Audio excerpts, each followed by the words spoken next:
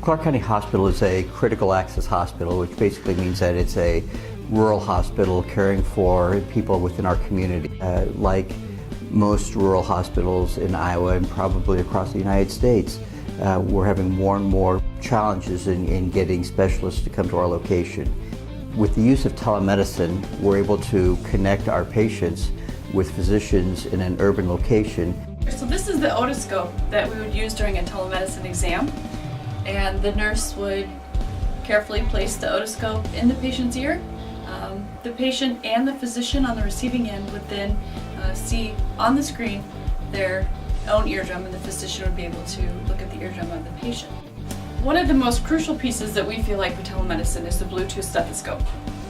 With this stethoscope, the patient here in the clinic, we put the stethoscope on the patient just like you would during a normal visit, and then the physician in Des Moines puts the stethoscope on. He has one, looks just the same, and he can hear the heart and lung sounds with the use of Bluetooth technology.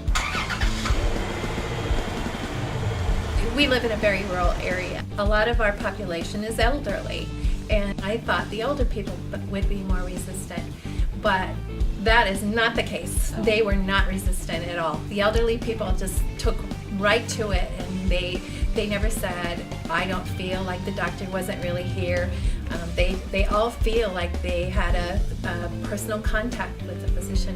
We've had the ability to grow the number of specialties that we provide to include things like neurology, nephrology, oncology, occupational medicine, on and on. Right now we have actually 13 different specialists that provide services here via telemedicine. There's no distractions. We have the sign on the door that says, quiet, telemedicine in progress. A face-to-face visit is truly not much different than the exam that they receive here. It happens in real time, the connection is perfect. You don't get the little pixely pieces of or poor connection. It really provides a clean connection for us. One couple told me that they loved telemedicine because they told me a horrible story about going to the cardiologist in the winter. They had some episodes on the freeway but made it to Methodist and got in the John Stoddard parking lot and actually got turned around. Two elderly cardiac people with difficulty ambulating, and they were lost in the parking garage. Our patients have foregone medical care because they're not comfortable in driving in that environment. So by having them come here and be able to connect with the doctor, it's improving access to care and timeliness of care.